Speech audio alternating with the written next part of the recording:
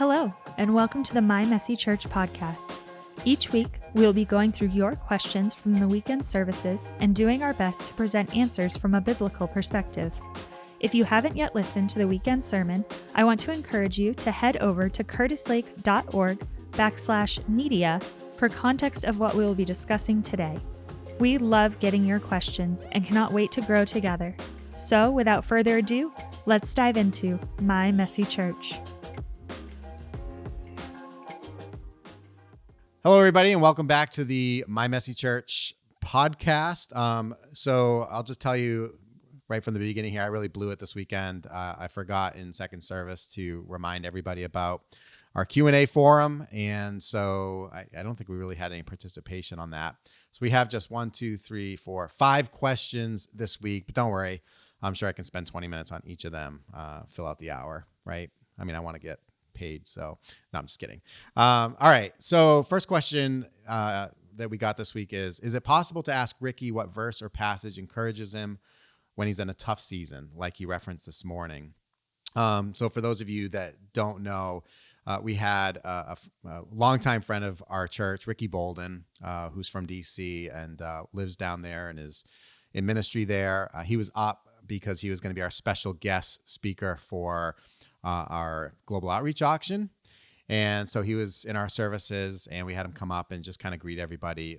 Again, most people in our church know him and are familiar with him. And so it was really nice to have him there. And so I did actually shoot him a message and gave him this question. And he responded back that one of his favorite verses is Philippians 1 verse 6. So I thought I'd just maybe read a little bit of this, and he didn't give me a whole lot necessarily to go on. So I'm going to just speak for Ricky here for a moment. But Philippians 1, starting verse 3, Paul says, "I give thanks to my God for every remembrance of you, always praying with joy for all of you in my every prayer, because of your partnership in the gospel from the first day until now." And here's verse 6. "I'm sure of this, that he who started a good work in you will carry it on to completion until the day of Christ Jesus."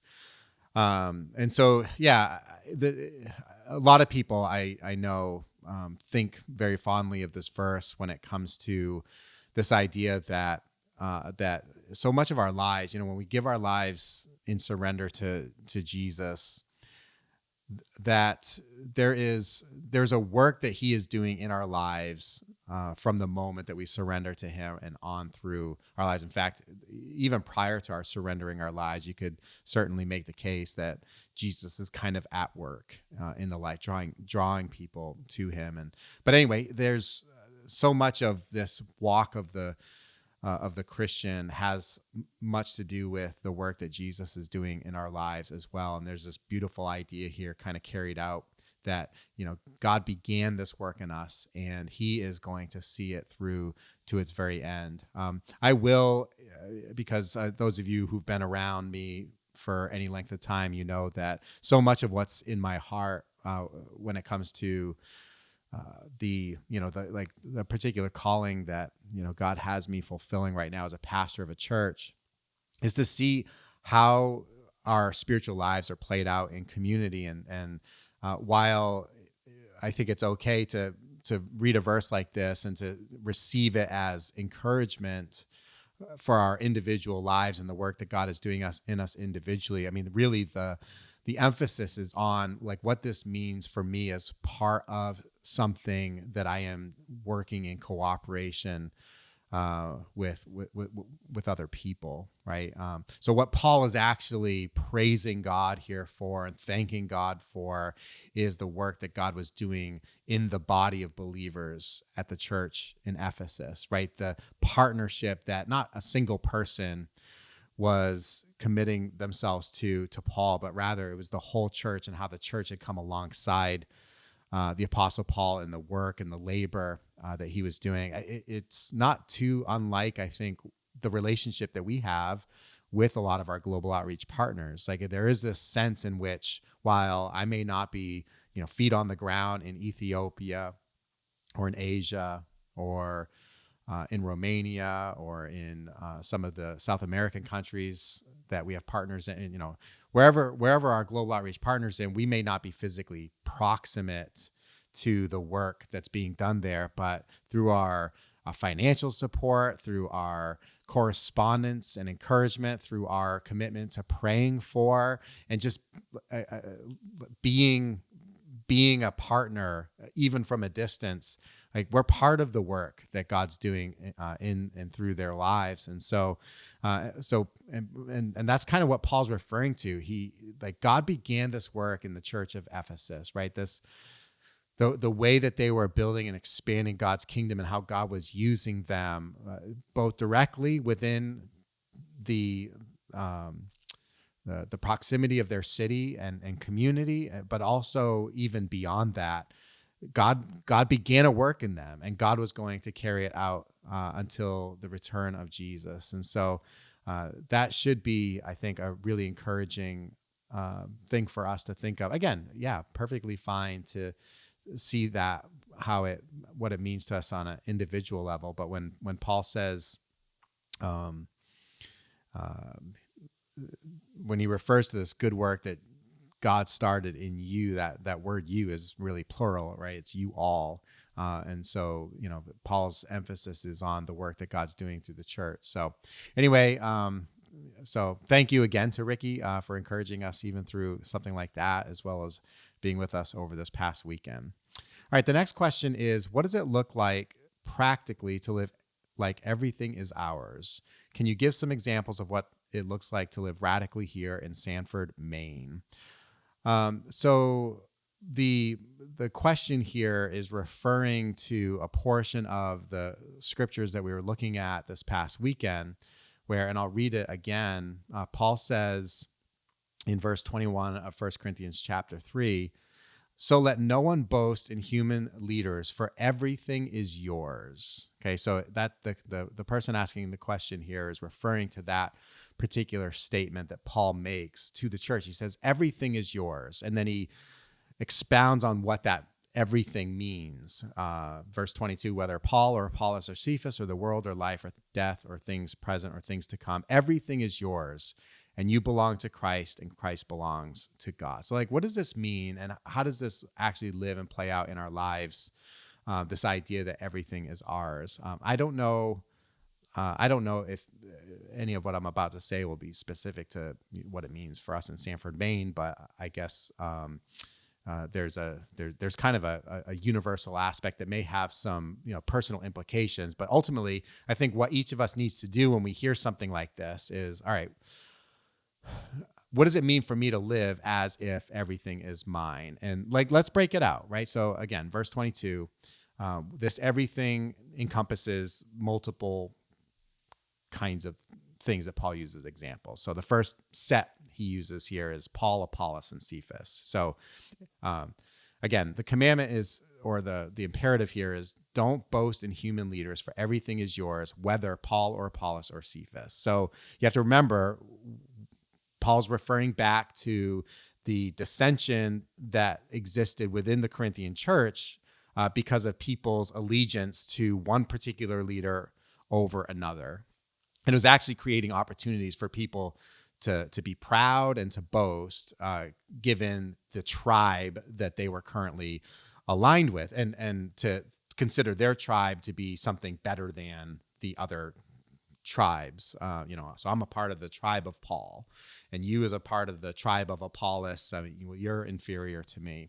And so what Paul says here, when he says, for everything is yours, what he's actually trying to get the Corinthian church to understand is that, Paul does not belong to a certain subset of the church, and Apollos belongs to another certain subset of the church, and Peter or Cephas belongs to another certain subset of the church. No, it's all of these leaders are in fact gifts to the church, the whole church.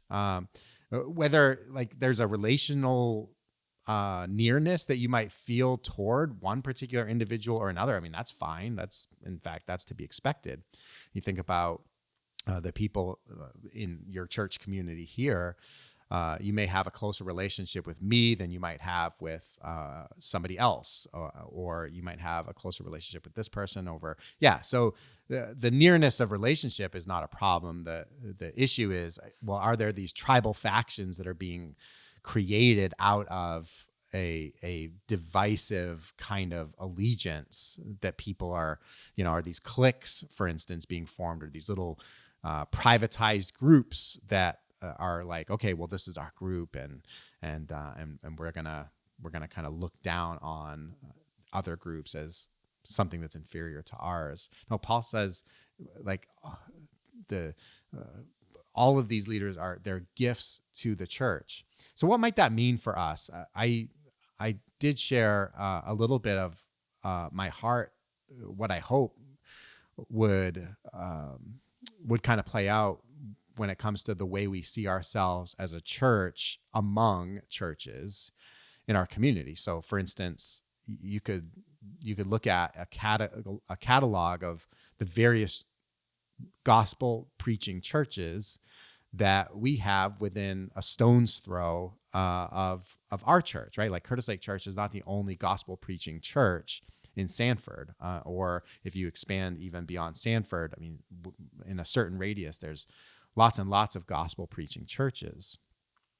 I think there has been oftentimes a tendency to, for people to think about their church as being the best church. And again, like, it's okay to have a deep affection for your church. In fact, I think you ought to have a deep affection for the community of faith that you have found your place to belong and place to participate in, place to invest in, right? So the feeling of that is natural. What ought not to happen is there shouldn't be jealousies or rivalries that are created among the churches. And it's really easy for us to do that because we're used to living in hyper competitive environments that everybody's sort of like trying to jockey for the first position for whatever it is that they're doing, right? So we see this in business and industry. Like, everybody wants to be the best at what they do.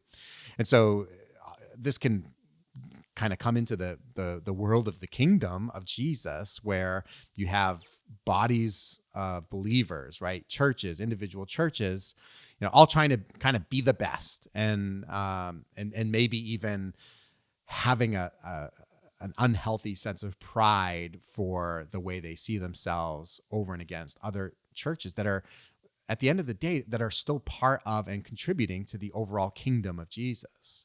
And so instead of seeing like how great we are or how great of a job we're doing at being a place where people can experience the kingdom of Christ and not even have any real appreciation for how God might be working through other groups of Christians, even within our local community, like it's not the right attitude.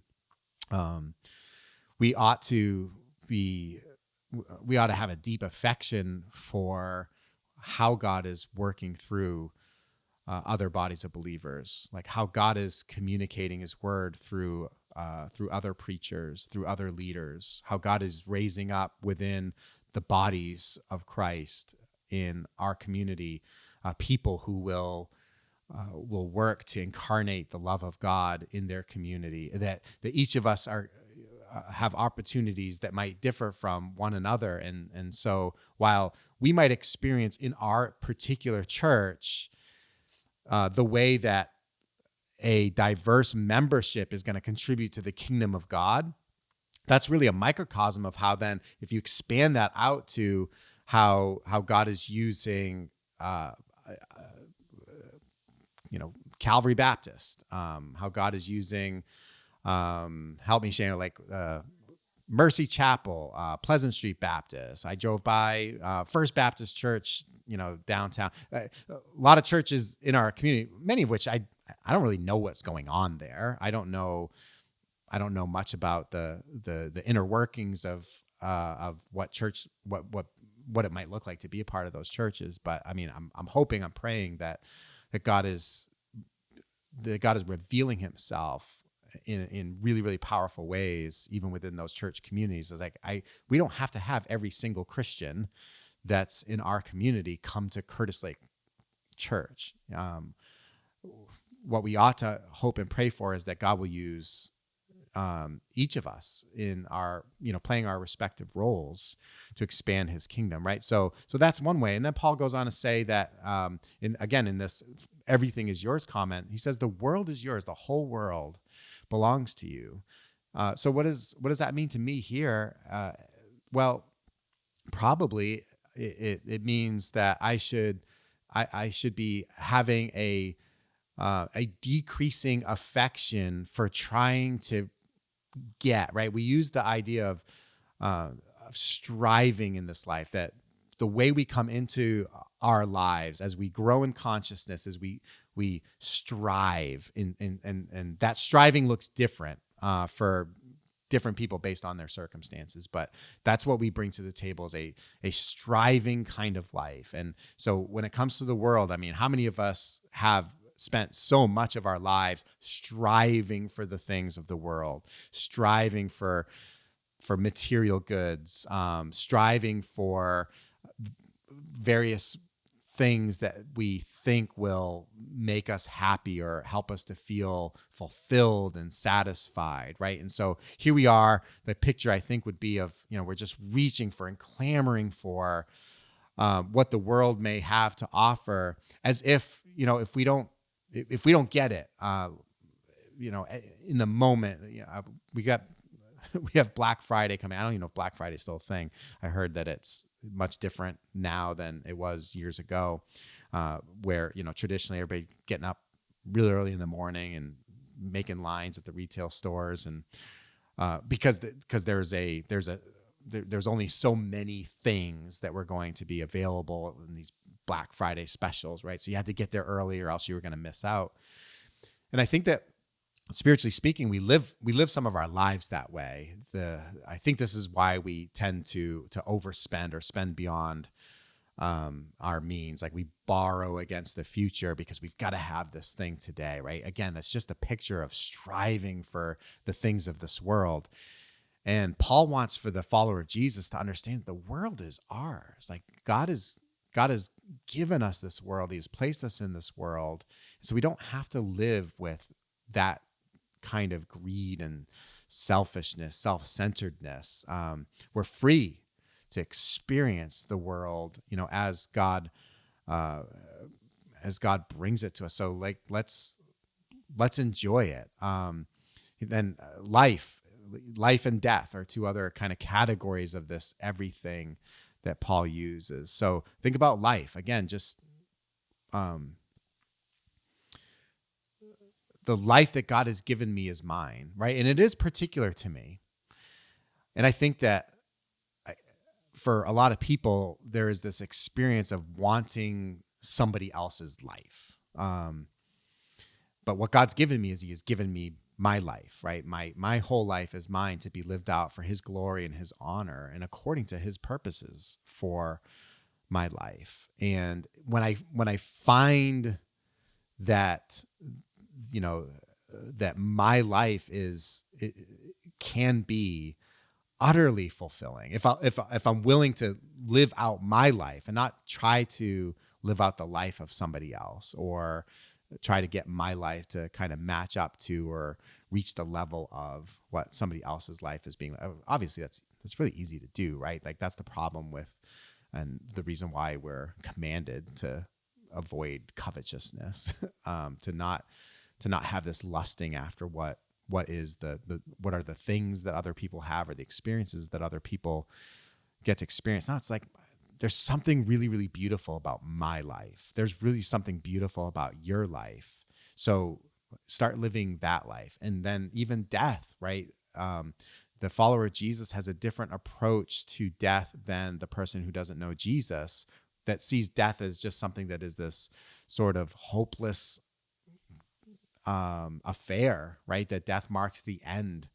And that what is beyond that is just so utterly unknown, or that is so utterly nothing, that death is to be avoided at all costs. But I think that, and many of the people that would have been living in Paul's day and in Paul's culture, they knew that life was really precious and that death was certain. And I think there's a degree to which we, as because of our affluence and because of our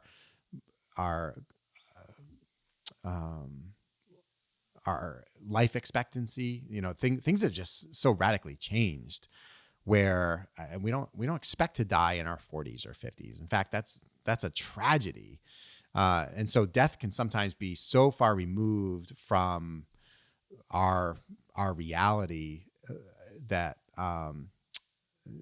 that we might fail to see how it is a part of the whole of our lives, right? That it is as certain as our birth has been, so our death will ultimately be. But our death does not have to be something that is only hopeless, but rather it is the thing that allows for us to enter into a new sense of being with eternity. And so there's even something beautiful about the death of the saint, right? The person that is pursuing a life with God. Things present or things to come, right? Things present, all those things that are part of my life today. How easily do I let days just go by where I'm not living in the present moment, not living with gratitude for what is presently there, right? Because my mind is on the future. My mind is on the things that I don't have, and the things that I wish I had, or the things that I hope to have someday, rather than just living simply in the present, living surrounded by the people that are in my life at this very moment, living with the circumstances that I am in, good or bad, in this very moment. Like those are mine. They belong to me. They're part of my story, and I need to live in them. I need to embrace and engage those things. While knowing that the things to come are also mine, that God is going to, according to his good grace and mercy, he's going to bring into my life exactly what I need, exactly what is appropriate for me. If I am living this life of following Jesus, then my future is in the hands of God as well. Again, circumstances that might be weighed as good or bad, circumstances that I might see as less than ideal, but that God looks at from the perspective of, oh, no, this may not be what you want, but this is exactly what you need. This is exactly what's going to make you into the person that I'm so wanting for you to become. And so, yeah, I think there's this different spirit of living with an intimate understanding and sense of how everything is ours as a follower of Jesus, that God opens up an entire world to us and doesn't want us to live in the very limited way that so many people live their lives. He wants to open us up to all that he has for us. All right, the next question is, what does good financial stewardship look like? What does good financial stewardship look like? So certainly Jesus had a lot to say about the affection that we have towards our money or towards our things. I think the Bible has plenty of wisdom and instruction when it comes. I think the prevailing ethic for the Christian is simply this. It's everything I have belongs to God, right? That's the thing you'll hear me say over and over and over again, because, well, first of all, I'm trying to convince myself that that's true, right? Because I live, I don't fully embrace or live like everything I have belongs to God. I have not conquered that thing in my life. I probably never will. And my guess is most people listening to this might be able to appreciate that. Yeah, that's a real tough one, to come to this place where everything I have is fully surrendered to God. So that's sort of this overarching ethic that I think ought to then inform the rest of how we see what stewardship looks like. So, like, let's just look at what is the idea of a steward, but that a steward is managing something that doesn't belong to them, right? So if I say that everything belongs to God, but then God hands it to me, he puts it in my charge, and now I am stewarding it. good stewardship is going to look like managing all of that stuff in a way that would honor the person to whom it belongs. I hope that kind of makes sense. I hope that maybe forms a picture in your mind, right? So everything I have belongs to God, yet it's in my care, it's in my custody. And so God gives me both the privilege and the responsibility of now stewarding it, of using it in a way that is going to reflect his desires. So like I have all kinds of desires when it comes to money, like my money, what I would call my money, what I would call my things. Like I have all kinds of desires about those, right? Like I have a car. I don't ever want to see that car get scratched or dented, right? That's a particular desire. I want it to stay nice, say. And so, yeah, there's a kind of affection I might have toward something like that. Same might be said of, my house, of your house, right? It's like, I want my lawn to look such and such. I want to have the X amount of dollars sitting in my bank account. I want to have this much, right? All these things that I could have desires about when it comes to this stuff. And it's really easy because of my desires. Those desires can actually get in the way of actually remembering. And that's why I have to be reminded over and over and over again. It's like, oh, wait a minute, this is all God's. Like when I go to the store and I buy something for myself or for somebody else, mostly for myself. When I do that, like, is that purchase being undergirded by an appreciation for, okay, now this money is God's, right? It belongs to him. I'm a steward of it. Is that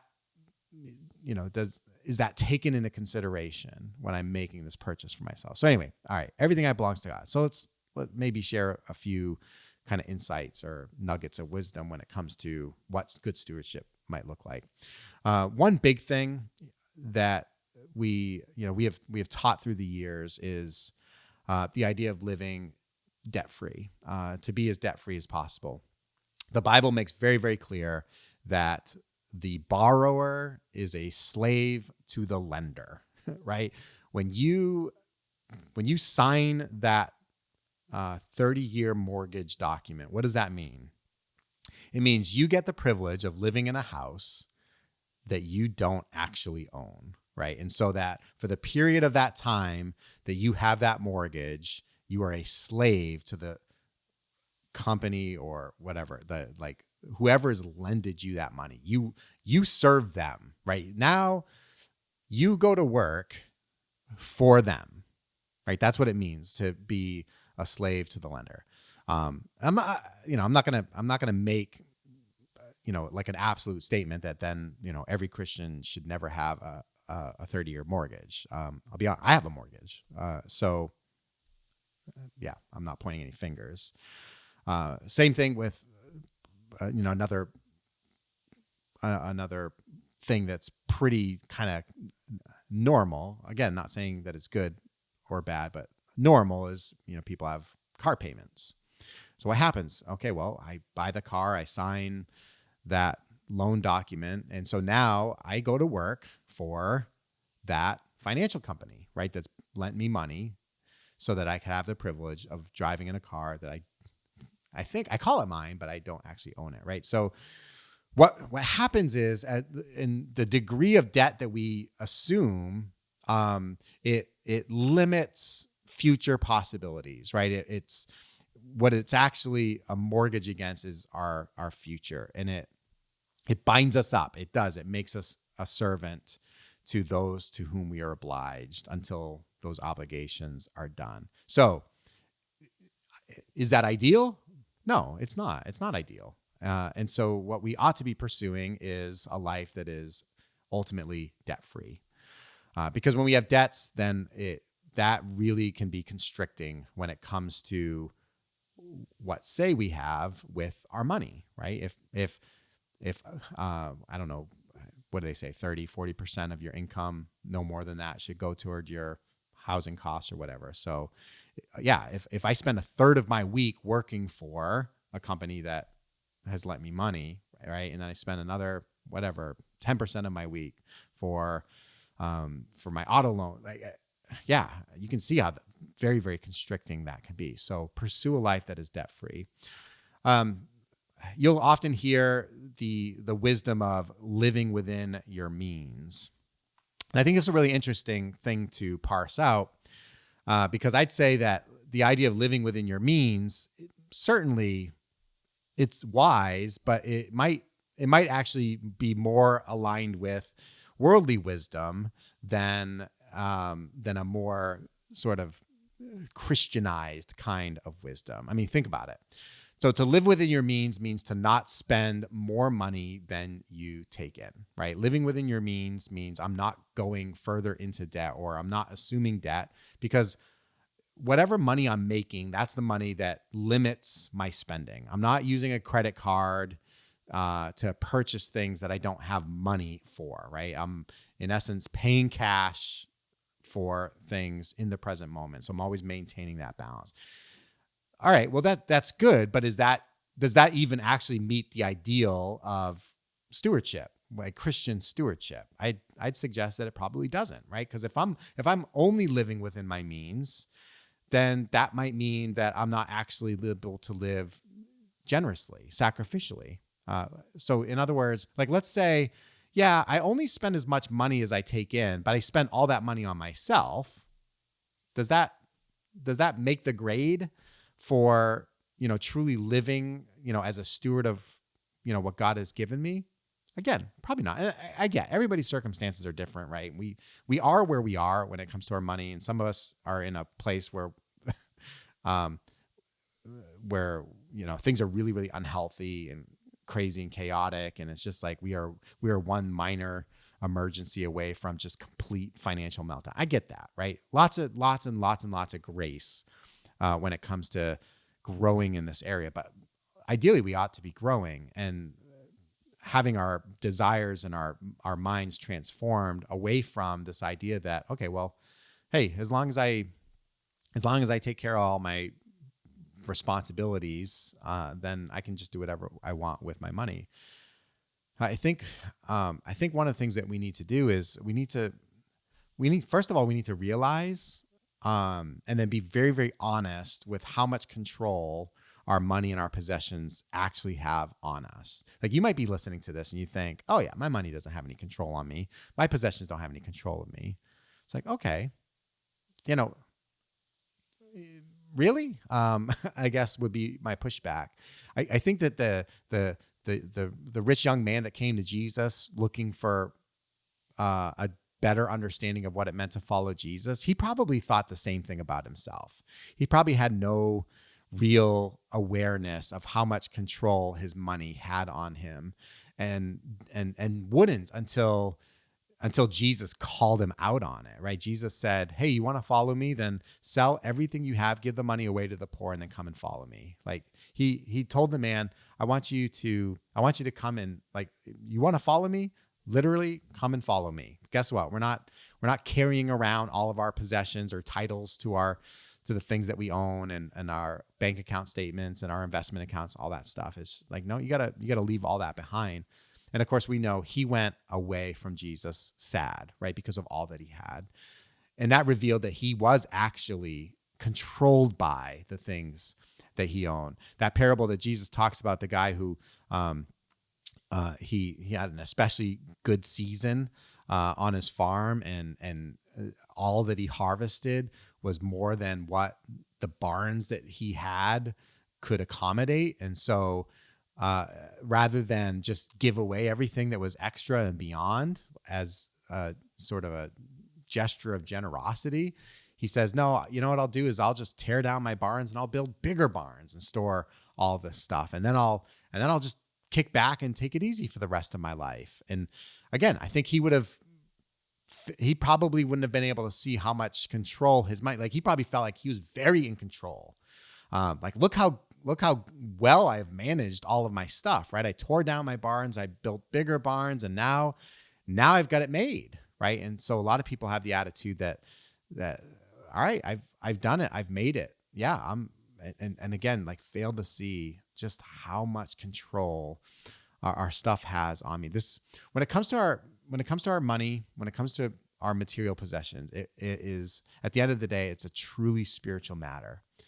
And so in order for us to deal with this on a spiritual level, like a lot of times we have to do something. We have to break cycles in our lives. And so one thing that we'll talk about when it comes to managing or stewarding our money is you've got to give it away.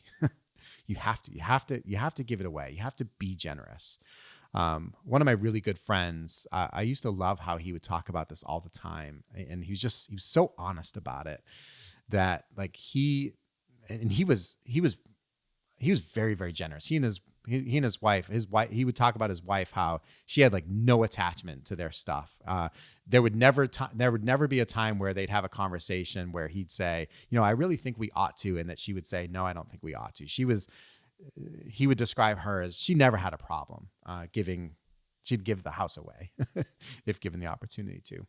But this was an area where it was more challenging for him, but he'd learned a lot over the years of just, how God was breaking that in him. And so he could describe, there'd be a time where he'd just have he'd be sort of getting back to growing attached to, I don't know, the checking account balance was just kind of going up and up, and he could actually feel his affections for that, for the money, for the stuff to be growing. And he knew the thing he had to do is he had to write a check. And so he'd write a check, and it's like, whew, right. And it would just break him of that. And so we need that. We have to learn what it means to be truly generous. The reality is most of us, we live out of our wealth, right? We live out of our extra. Many of us find ourselves in circumstances where, we can give away, what would look like to the ordinary person, a really, really generous amount of money. But if we're not giving away what we have at a point where it feels like something, like where it hurts a little, then we haven't done it enough. So give it away, be generous. I think we should be working toward a simpler life, right? As life goes on, there's a tendency for the house to get bigger, the barns to get bigger, everything to get bigger and bigger and bigger, right? Those of you that are further on in years, it's you start out in this world, coming out of high school or coming out of college, making a tiny bit of money, right? But your income grows and expands, and maybe even some of your responsibilities become less and less. Like Renee and we're entering this season where we've got 2 kids out of the house and, one on their way. And so all of a sudden we're going to find ourselves with fewer and fewer expenses to manage our household. And so what does that mean? Does that mean, more vacations for us, bigger house, bigger car, like bigger everything? Or ought we be orienting ourselves toward a simpler life, one that's actually finding, a more and more stripped down version so that we have the freedom to be generous? So work toward a simpler life. And then finally, be accountable. I've never done this. I'm probably too afraid to do this, but I love what I've heard some people do when it comes to accountability. It's like they have a friend or two in their lives that they share their their private financial information with. And, they share their budget. They share, I've heard, this might sound really extreme, but I've heard of, one accountability group where they set a number, like, let's say it's $1,000. And they said that they weren't allowed to spend $1,000 on anything without first sharing that with the group and, getting, I don't know, permission or something like that. Accountability, that's pretty profound if we could actually do something like that. But certainly understand that we are ultimately, at the end of the day, we're accountable to God, right? We are all going to stand before God and give an account for how we stewarded everything that he gave to our lives, how we stewarded the way he made us, the talents that he invested in our lives, the things that we bring into this world very, very uniquely, how we have shared our lives and our stories, how we have shared our material goods and our wealth, how we have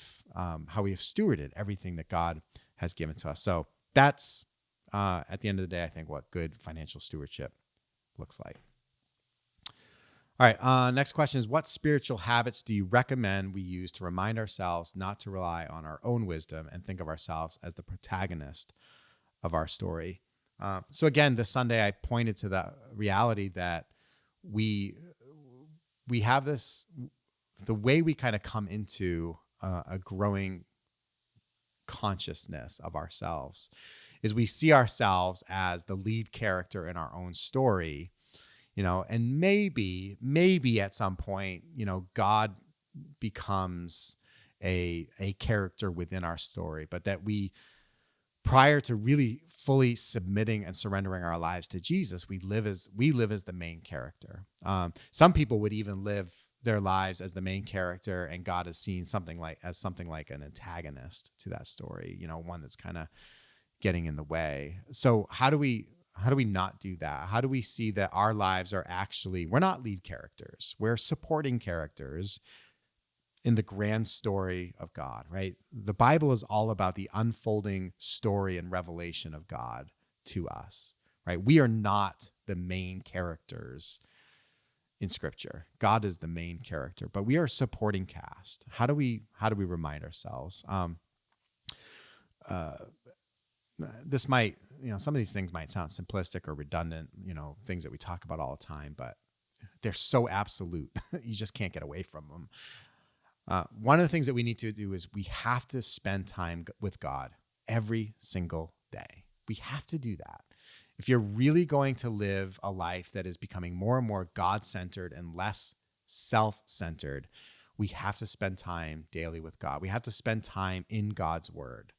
We have to spend time looking for what God's word is revealing about God to us. Like, how do we see God being described in the pages of Scripture, wherever that may be, whether it's, particular narratives, stories, whether it's poetry, whether it's the life of Jesus as described in the Gospels, whether it's like what we're studying right now, one of the letters that an apostle has written to the churches. How do we see God revealing himself through the pages of Scripture?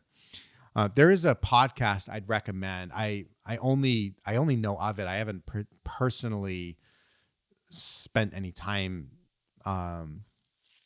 interacting with it myself, but I've listened to a podcast from the person that kind of founded it and runs it. And that's the Bible Recap podcast. So if you're looking for a way to like, if you think it's hard to just open up the Bible and start reading and get anything from it, then the Bible Recap podcast might be a really, really good way to introduce you to the rhythm of spending time daily in God's word. And I think, if I remember correctly, one of the things they really try to bring out, no matter what the passage or the reading happens to be that day, is they're trying to bring out, like, what does this say about God? What is the thing about God that is being revealed through this story that, until you've maybe disciplined yourself to really look for those things, it might be a little difficult. And so there's a lot of good help for that. How do I live not as the lead character in my own life? Well, look for ways to put other people first. Ask God, like, in that time that you spend with God, say, if you can do it at the beginning of the day, if you can start your day off with some time in God's presence, like, ask him, say, God, help me to live in a way that is mindful of what is going on around me, the people that you're bringing into my life, the conversations that you're leading me to have with other people, the opportunities that I have to respond either negatively or positively, right? Because if I'm mindful of that, maybe I could be more gracious to that person who is very, very abrasive in my life, that just rubs me the wrong way every time I see him or her. Maybe there's just a few encouraging words that I can offer to a person that's going to really change the trajectory of their day, right? Think about, take into consideration the world and the people around you, and understand it's like, okay, I'm not first. I'm not the most important person here. I'm not the most important person in this room. The words that I want to say are not the most important words that need to be heard, right? Listen in conversations, invite, be quick to hear, right? Slow to speak. Just live in the present moment of, whatever happens to be going on around you. And then finally, another spiritual kind of discipline or exercise that we've talked about from time to time, and that I think is really, really helpful, because it's something that you can do probably multiple times a day, and it's a very, very traditional kind of spiritual discipline, and that is this thing called the daily examen. If you look that up, examen is spelled EXAMEN.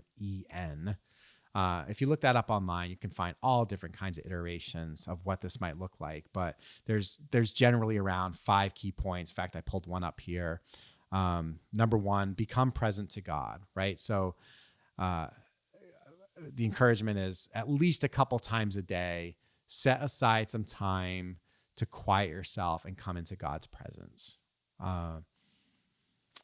Certainly, like if you could do this in the morning, that's a great time, but probably most of us know that we at some point need to probably like reorient ourselves, right? Like we are like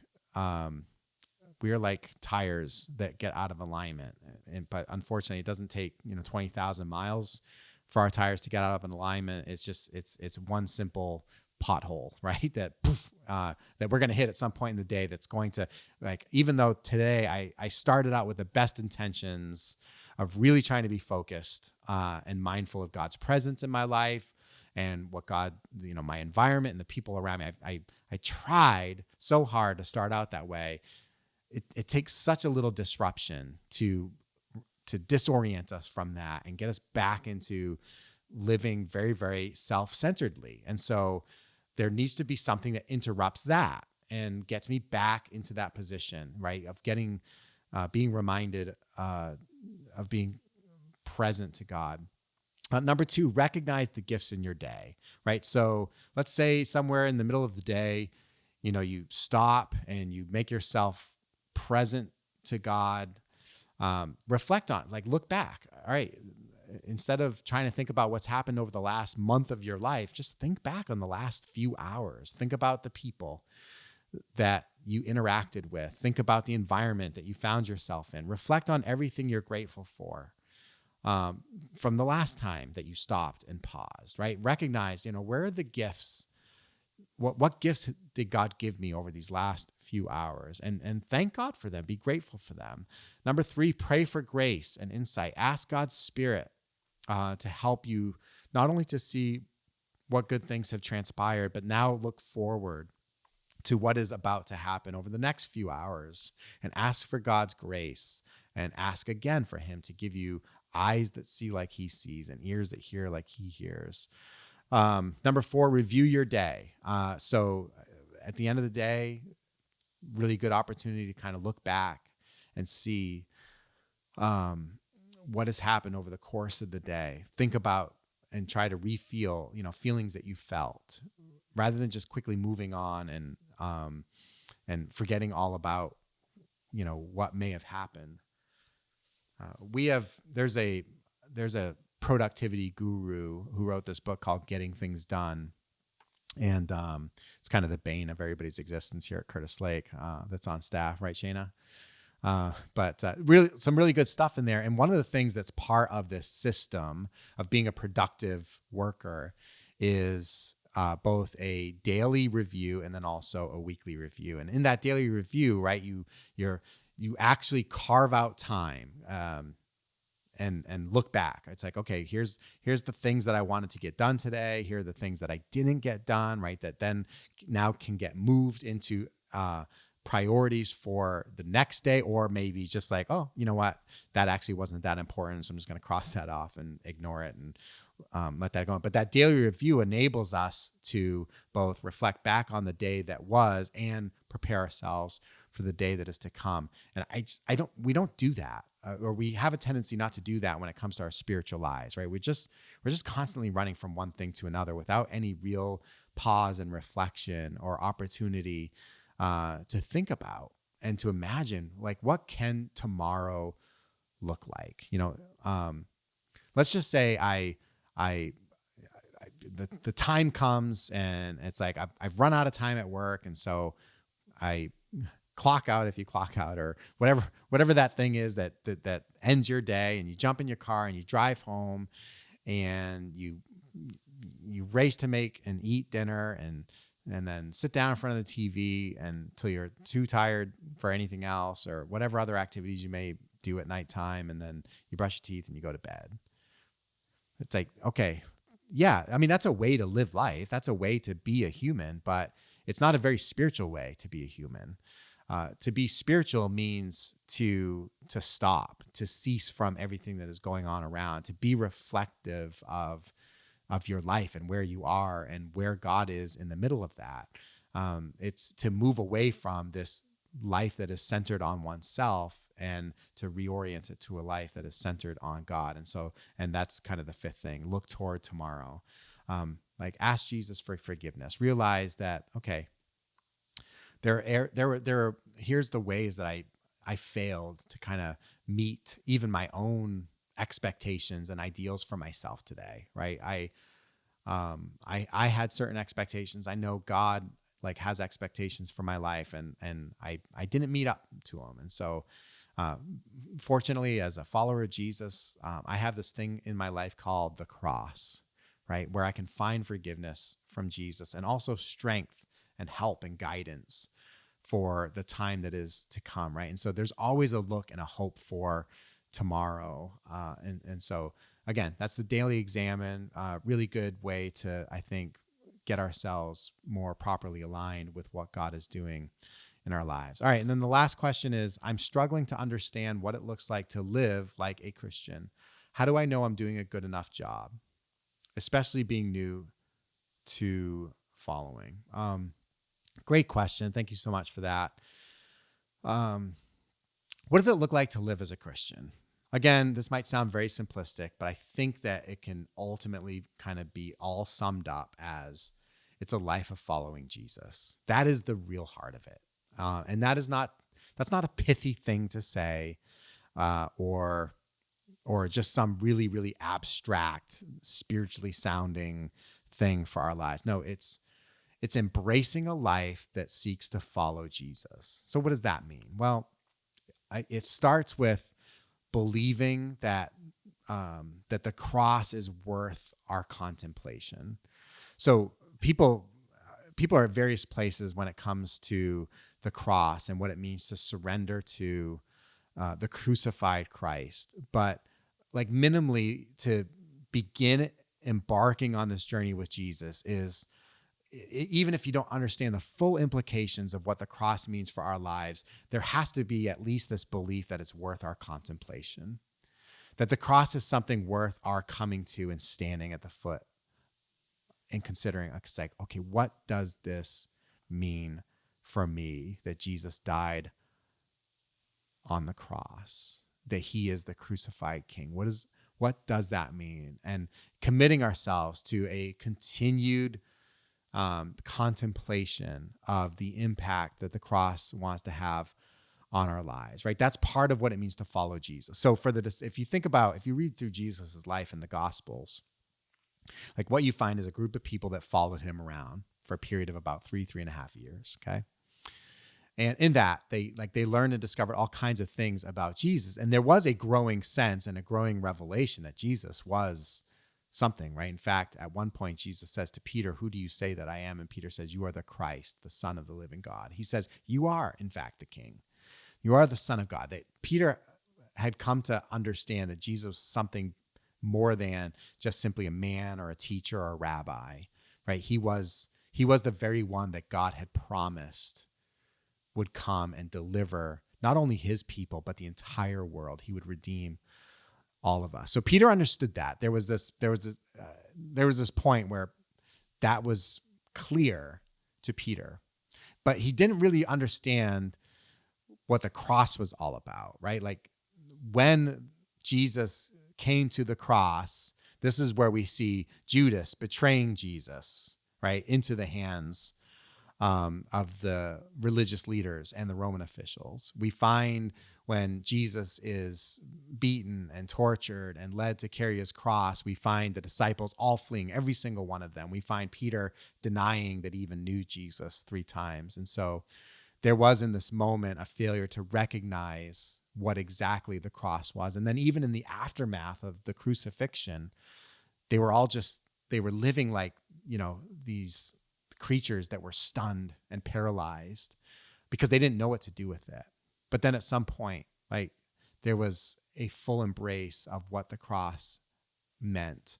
Paul has been, like, all of our study of 1 Corinthians up to this point has centered so much on the impact of the cross. So again, whether you have, like, I would describe myself as a person who, I've been interacting with the impact of the cross now for over 40 years.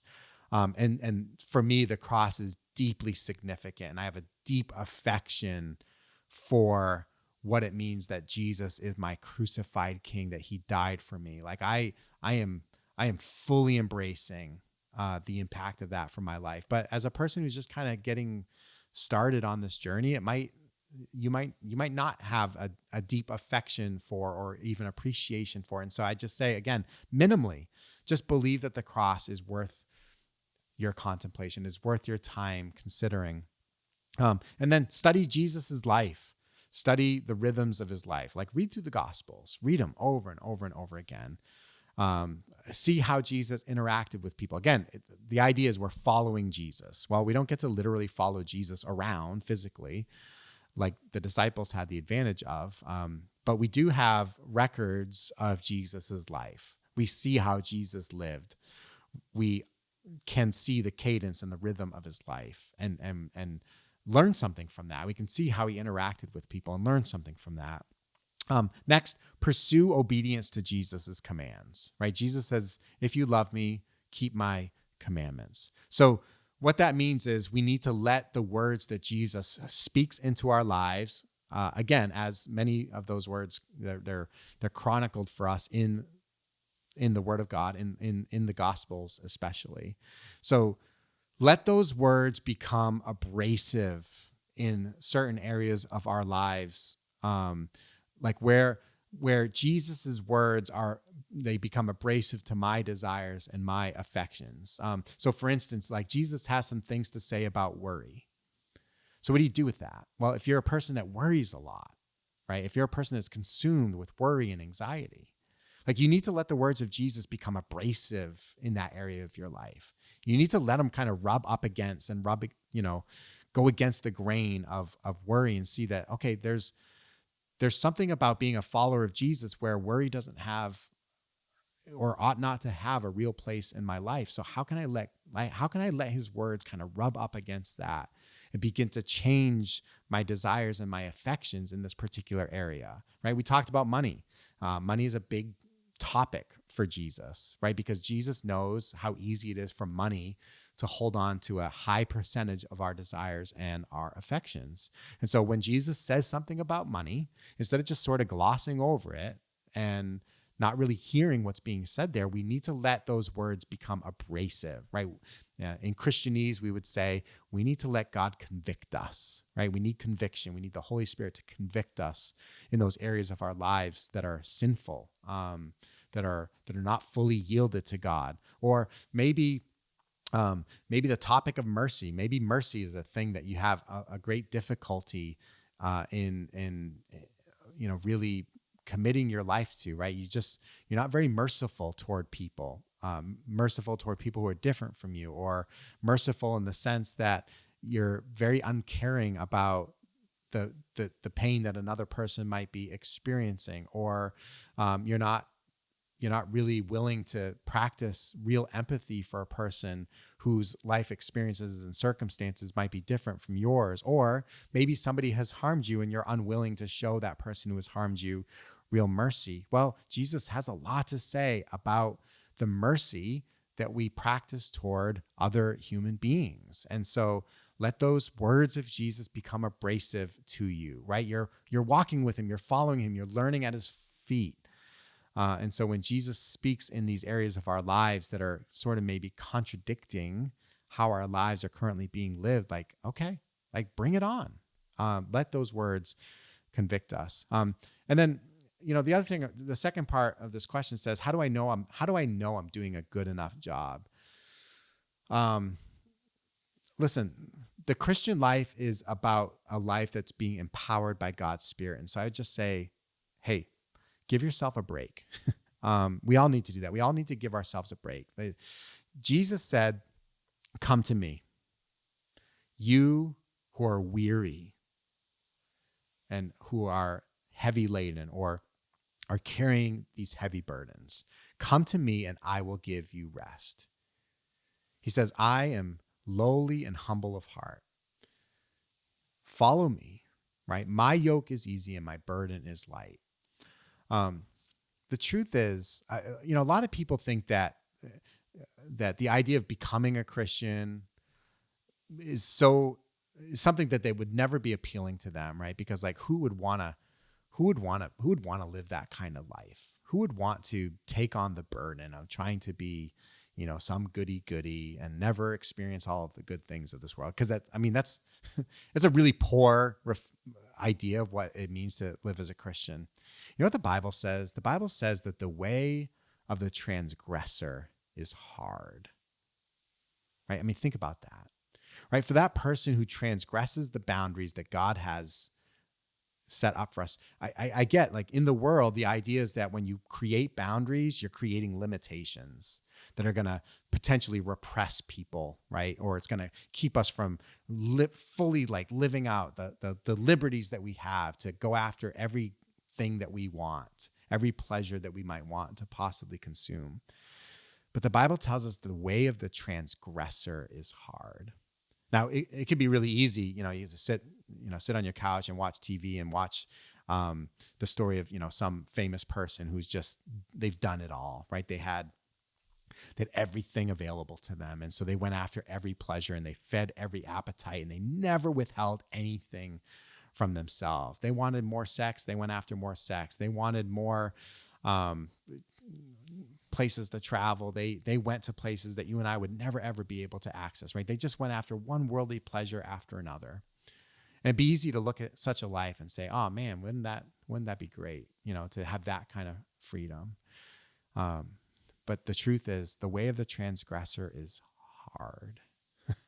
Like there's something really hard about living that kind of life. And then Jesus, on the other end, he says, listen, come to me. Come to me. My yoke is easy. My burden is light. He says, come and follow me and you will find rest for your souls, right? So give yourself a break. Understand that, like, living this life of following Jesus, it's really about seeing how our desires are being transformed and changed, right? It's not just about curbing behavior or modifying behavior. It's really a work that's done in our hearts. Now we have to understand that, like, both of those things are important, right? Like both what we desire and also what we do. Sometimes there's a tendency to put an emphasis on one over the other, as if, only one is important and the other one is not really that important. So you go to a place that's really, really like legalistic. They're all about getting the behavior reform, right? Without any real concern about heart change. And then you might go to some other place where, like, all they care about is the heart. And, hey, it doesn't matter what you do as long as your heart is right. It's like, okay, well, neither of those things really make a whole lot of sense. It's both of these things. And so when I'm looking to follow Jesus more closely, I have to understand that, all right, Jesus wants to change my desires.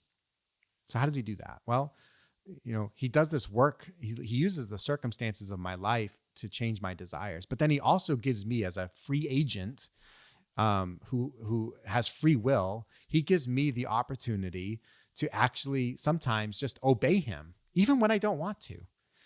And when I obey God when I don't want to, but I obey him sheerly out of being obedient, like that can have an effect on my desires, right? And so they both work together. My desires, as they're being transformed, are going to have something to say about my behaviors. My behaviors are going to change. And then sometimes like my behaviors need to just be brought into, a place of discipline where I'm going to say no to something that I want. And by saying no, by refusing to go after that thing, like that's going to change or have an effect on my desires, right? So these two things work symbiotically.